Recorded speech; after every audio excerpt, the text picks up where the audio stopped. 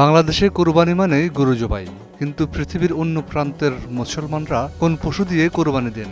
Saudi আরবে ওট, তুরস্কে ভেড়া, নাইজেরিয়ায় ছাগল। প্রতিটি দেশে কোরবানির ধরন, পশু আর সংখ্যা আলাদা। এবারে আমরা দর্শকদের জন্য বিশ্বের প্রধান মুসলিম দেশগুলোতে কোরবানির একটি তথ্যভিত্তিক তুলনামূলক চিত্র তুলে ধরার চেষ্টা করেছি।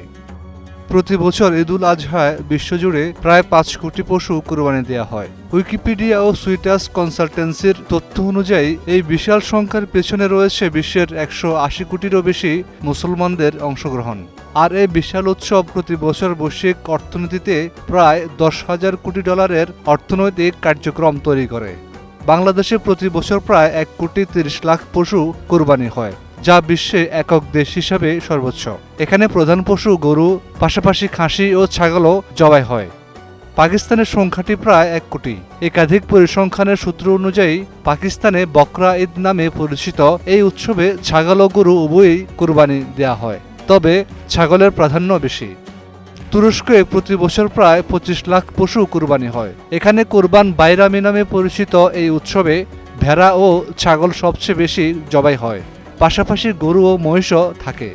ইন্দোনেশিয়ায় ঈদুল আধা নামে পরিচিত এই উৎসবে প্রায় 20 লাখ পশু কোরবানি দেওয়া হয়। বিশ্বের সর্বাধিক মুসলিম জনসংখ্যার এই দেশে গরু ও ছাগল প্রধান কোরবানির পশু। সৌদি আরবে হজের সময় মিনায় প্রায় 15 লাখ পশু কোরবানি হয়। বিশ্বের বিভিন্ন দেশ থেকে হাজিরা উট, দুম্বা ও ভেড়া কোরবানি দেন। উট এখানে মর্যাদার প্রতীক হিসেবে বিবেচিত।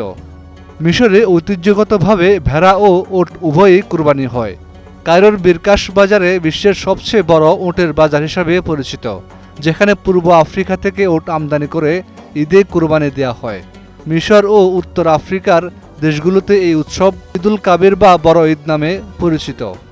নাইজেরিয়া ও পশ্চিম আফ্রিকার মুসলিম দেশগুলোতে বাব্বার সাল্লা নামে পরিচিত এই উৎসবে ছাগল ও ভেড়া সবচেয়ে বেশি কোরবানি হয়। মরক্কো, আলজেরিয়া, তিউনিসিয়া ও লিবিয়ায় ভেড়াই প্রধান পশু। আফগানিস্তানে লয় আখতার বা বড় ঈদ নামে পরিচিত এই উৎসবে ভেড়া ও ছাগল প্রধানত কোরবানি দেওয়া হয়। দেশভেদে পশু পছন্দের পেছনে মূলত 3টি কারণ: ভৌগোলিক পরিবেশ, অর্থনৈতিক সামর্থ্য এবং সাংস্কৃতিক ঐতিহ্য। মরুভূমি অঞ্চলে উট ও ভেড়া সহজলভ্য, দক্ষিণ এশিয়ায় গরু ও ছাগল, আর পশ্চিম আফ্রিকা ছাগল। তবে কোরবানির মূল বিধান একটাই: পশু হালাল, সুস্থ ও নির্দিষ্ট বয়সের হতে হবে। ভিন্ন পশু, ভিন্ন নাম, ভিন্ন দেশ, কিন্তু উদ্দেশ্য একটাই: আল্লাহর সন্তুষ্টি এবং গরিবের মুখে হাসি ফোটানো। সবাইকে জানাই ঈদুল আজহার শুভেচ্ছা। Eid Mubarak. Desk report, 21 television.